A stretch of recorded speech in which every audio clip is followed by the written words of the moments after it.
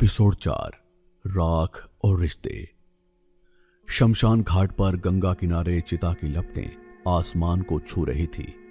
लकड़ियों के चटकने की आवाज के साथ मां का पार्थिव शरीर अग्नि को समर्पित हो रहा था। धुएं का काला गुब्बार नीले आकाश में विलीन हो रहा था। राघव एक लकड़ी का डंडा हाथ में लिए चिता के पास खड़ा था। अग्नि की तपिश उसके चेहरे पर लग रही थी, लेकिन उसके अंदर जो आग जल रही थी वो इस चिता से कहीं ज्यादा भयंकर थी। पास ही एक पत्थर पर उसके पिता चुपचाप बैठे थे। उन्होंने अपनी आंखें बंद कर रखी थी। उनके चेहरे पर ना आंसू थे, ना कोई अभिव्यक्ति। ऐसा लग रहा था जैसे मां के जाने के साथ ही उनके अंदर का भी कुछ हिस्सा जलकर राख हो चुका था।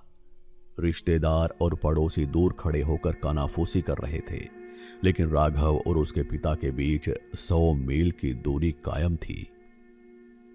शाम के 5 बजे अंतिम संस्कार की सारी रस्में पूरी करके राघव और उसके पिता घर लौटे।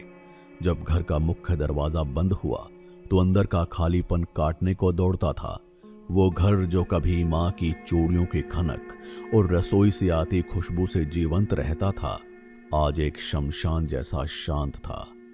पिता सीधे अपने कमरे में चले गए और दरवाजा अंदर से बंद कर लिया। राघव आंगन में अकेला खड़ा रहा। उसने रसोई की तरफ देखा। चूल्हा ठंडा पड़ा था। मसाले के डिब्बे धूल फांक रहे थे।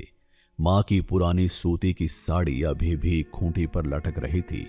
राघव उस साड़ी के पास गया और उसमें अपना चेहरा छुपाकर चुपचाप रोने लगा। उस साड़ी में अभी भी मां की चिर परिचित खुशबू आ रही थी। रात गहराने लगी। राघव ने सोचा कि उसे पिता के लिए कुछ खाने को बनाना चाहिए। वो पिता के कमरे के बाहर गया और हल्के से दरवाजा खटखटाया। पापा, कुछ खा लीजिए। अंदर से कोई जवाब नहीं आया। राघव ने हत्था घुमाया। दरवाजा खुला हुआ था। कमरे में हल्की रोशनी थी। पिता बिस्तर पर दीवार की तरफ मुंह करके सो रहे थे, या शायद सोने का नाटक कर रहे थे। राघव की नजर कमरे के कोने में रखी पुरानी लोहे की अलमारी पर पड़ी, जो थोड़ी सी खुली हुई थी। उसमें एक पुराना फाइल फोल्डर रखा हुआ था। उत्सुकतावश राघव ने वो फोल्डर निकाला। उस फोल्डर के अंदर दिल्ली के डॉक्टरों की रिपोर्ट्स, पर्चियां और मेडिकल बिल थे। सब मां के नाम के थे। Cancer, advanced stage. और उन रिपोर्ट्स के नीचे राघव के नाम से कटे हुए कई चेक और पत्र रखे थे।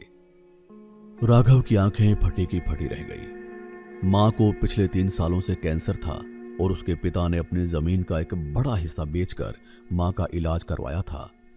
उन कागजात के बीच राघव को अपने कॉलेज के जमाने के न्यूज़पेपर्स की कटिंग्स भी मिली। जब राघव ने दिल्ली की यूनिवर्सिटी में टॉप किया था तो उसकी फोटो अखबार में छपी थी। पिता ने उस कटिंग को बहुत संभाल कर लेमिनेट करवा कर रखा हुआ था। राघव का दिल बैठ गया।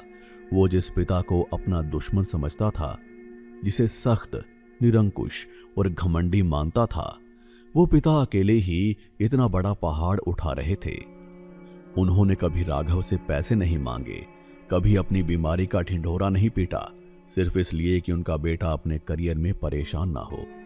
राघव ने पिता की तरफ देखा, जो चादर में दुबके हुए बैठे थे। उनके कांपते कंधों से साफ पता चल रहा था कि वो चुपचाप चादर में मुंह छुपाकर रो रहे थे। राघव को समझ आ गया कि कठोर दिखने वाले उस पत्थर के पीछे एक ऐसा बाप छिपा बैठा था जो अंदर से पूरी तरह टूट चुका था।